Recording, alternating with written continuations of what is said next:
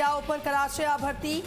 તો 12,000 જગ્યાઓ પર આ ભરતી કરવામાં આવશે। પોલીસ ભરતીના નવા નિયમોની જાહેરાત કરવામાં આવી છે। 3 જિલ્લા તબક્કાઓમાં પોલીસ ભરતીની પરીક્ષાઓ લેવામાં આવશે। 12,000 જગ્યાઓ પર આ ભરતી કરવામાં આવશે। હિતલ પારેખ અમારી સાથે ફૂલ લાઈન પર જોડાઈ ગયા છે। હિતલ, નવા નિયમોની જાહેરાત કરવામાં આવી છે અને લગભગ 3 જિલ્લા તબક્કાઓમાં પોલીસ ભરતીની પરીક્ષાઓ યોજાશે।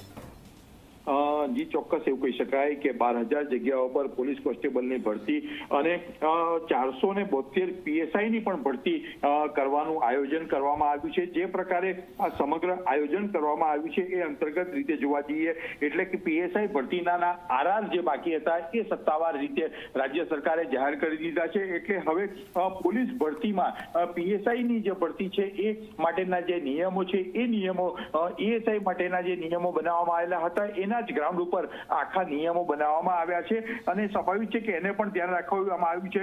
હવે 3 પરીક્ષાને બદલે શારીરિક કસોટી અને મુખ્ય પરીક્ષા 2 પરીક્ષાના તબક્કા સીધી રીતે યોજાશે।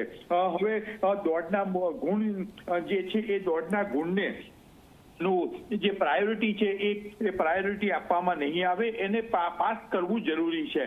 સ્વાભાવિક છે કે આ જ પ્રકારે અગાઉ પણ એએસઆઈના જે ભરતી નિયમો બહાર પાડવામાં આવ્યા હતા એમાં પણ આ જ બેઝ અને આધાર લેવામાં આવ્યો હતો।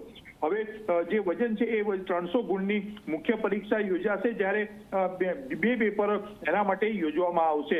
એક 200 માર્કનું પેપર પણ યોજાશે જે એમસીક્યુ ની આધારે હશે અને 100 માર્કનું પણ પેપર રહેશે। એટલે આમ રાજ્યની રક્ષા યુનિવર્સિટી અને નેશનલ ફોરેન્સિક સાયન્સ યુનિવર્સિટી છે એના કોર્સના જે વિષયો છે તેનો પણ ગુણભારમાં સમાવેશ થશે। જી બિલકુલ, આભાર હિતલ સમગ્ર વિગત બદલ।